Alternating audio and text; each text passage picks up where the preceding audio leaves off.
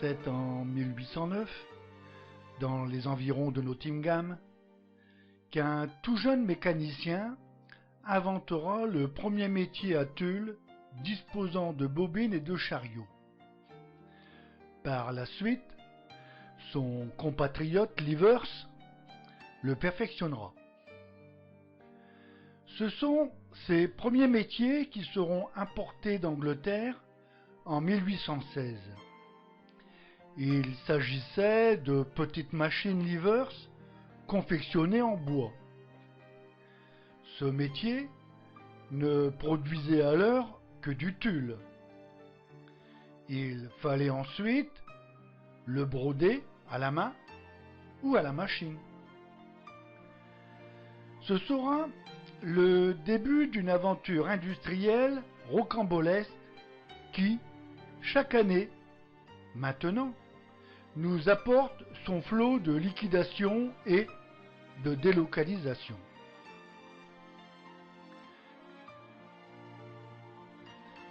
Dès 1821, environ 5 années après l'arrivée des premiers métiers anglais, 210 personnes travailleront sur 38 métiers appartenant à une dizaine de fabricants.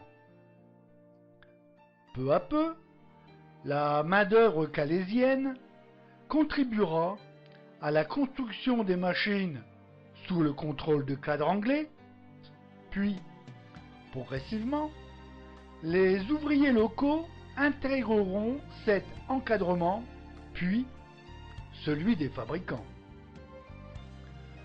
En 1830, le Calaisis compte 113 fabricants pour 256 métiers, dont 65 sont des exploitants anglais, le restant étant des Français.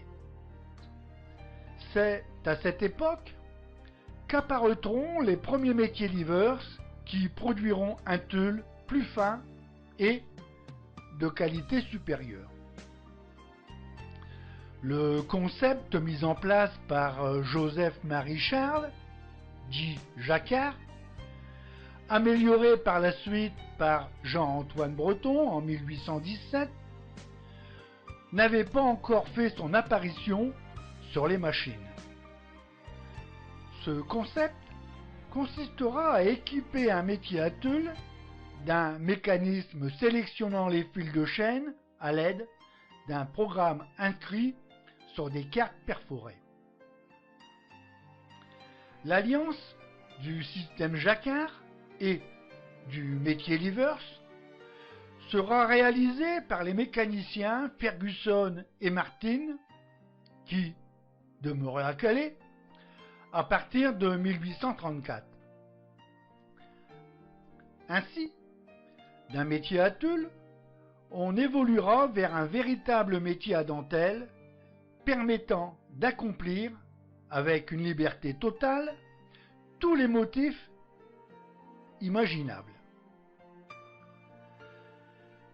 L'adaptation du principe de Jacquard sera une innovation capitale qui, associée aux motrices à vapeur, permettra un développement fulgurant de la fabrique calaisienne. C'est ainsi que, quelques années plus tard, viendront s'ajouter aux métiers Gautroux ou Limbard 2 à 3 Jacquards qui commanderont les quelques 250 barres du métier. Selon la complexité de la dentelle, un métier de 12 points sur 224 pouces comprendra plus de 6000 chariots, 13 000 fils de chaîne, 2000 fils brodeurs et autant pour les guimpes, soit un total de fils de 23 000. Pour commémorer cette avancée inestimable, qui permettait notamment de supprimer la lourdeur des tâches des tireurs de cordes, le syndicat des ouvriers de la dentelle prendra l'initiative d'élever, en 1899, un monument en mémoire de Joseph-Marie dit Jacquard.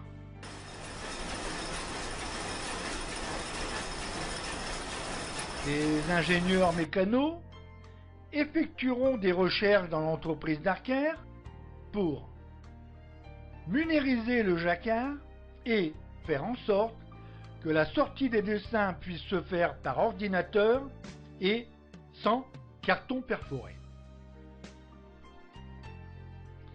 Pendant plusieurs mois, ils chercheront à dompter cette machine de 12 tonnes vieille de plus d'un siècle. Adieu Ferguson et son adaptation au système de Jacquard. Adieu à ce précepte mis en place en 1834 et qui avait permis à Calais de prendre le pas sur l'Angleterre. Avec la mise en place de l'électronique, c'est tout un pan de l'histoire de la dentelle qui sera ainsi rangé dans les tiroirs. Cette nouvelle adaptation innovante viendra cependant tardivement si l'on veut la comparer à l'évolution du jacquardtronique.